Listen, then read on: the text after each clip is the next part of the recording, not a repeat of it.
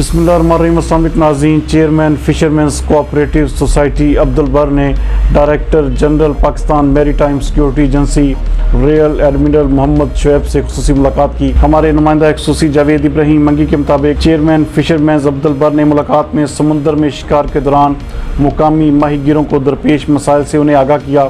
اس موقع پر بات کرتے ہوئے چیئرمین عبدالبر کا کہنا تھا کہ عرصہ دراز سے قبضے میں لی گئی غیر ملکی لانچوں کی وجہ سے فشرمینز کوآپریٹو سوسائٹی کو چینل بلاک جیسے مسائل کا سامنا ہے اور کراچی فش ہاربر پر ڈریجنگ کی ابتر صورتحال اور PMSA کی چیک پوسٹوں پر مقامی ماہی گیروں کو مسائل بھی درپیش ہیں۔